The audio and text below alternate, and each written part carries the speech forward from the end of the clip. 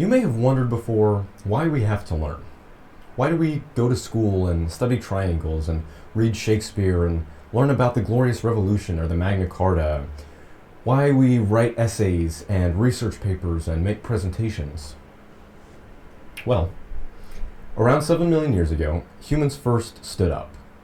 And around 3 million years ago, humans realized that because they could stand up, they could use tools and walk at the same time. There's evidence that as early as 23,000 years ago, humans started small-scale food cultivation, but around 12,000 years ago, life for humans would change forever with the invention of agriculture. Because of agriculture, humans settled down into societies, and because they didn't have to spend their time hunting for food and finding shelter, they could spend their time playing games and honing their skills and learning. And humans realized how cool it is to learn, how awesome it is to know more about stuff. Then human life would change forever again, when humans decided they wanted to know everything about everything. They saved information by writing it down. They passed it on to the next generation by building these institutions where children would go to learn. And they started trying new things, different ways to cook and eat foods, different plants they could eat, how to build stronger, bigger, warmer houses, how to treat common injuries and diseases, and how to learn faster. Now, humans are not unique.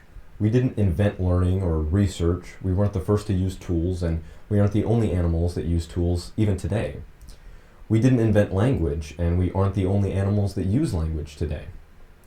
We can observe other animals, apes for instance, using combinations of vocalizations and calls in syntax with grammar structures.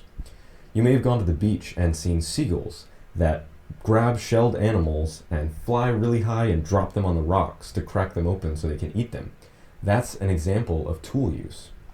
We can watch other animals' curiosity. We can see them learning in real time, whether it is mice figuring out a path to get food, or birds with short beaks figuring out how to reach water.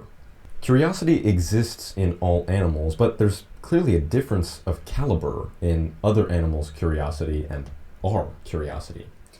And that's why I think humans are so cool, not because we're necessarily unique or special as animals, but because we are the most curious animal. You are the most curious animal, ever. We have learned more than any other animal on the planet because we want to know more, and we have to know more. There's an incredible drive within us to know everything about everything. That's why we go to school for 12 years and study history, literature, math, biology, chemistry, art, music, physics.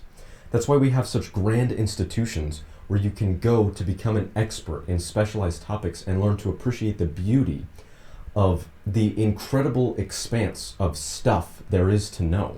So when we wonder why it is that our parents send us to sit in the classroom for 8 hours a day just to come home and do homework and read and write, remember that it's because you're a curious animal. And not just any curious animal, you are the most curious animal in the world. You get to learn everything about everything.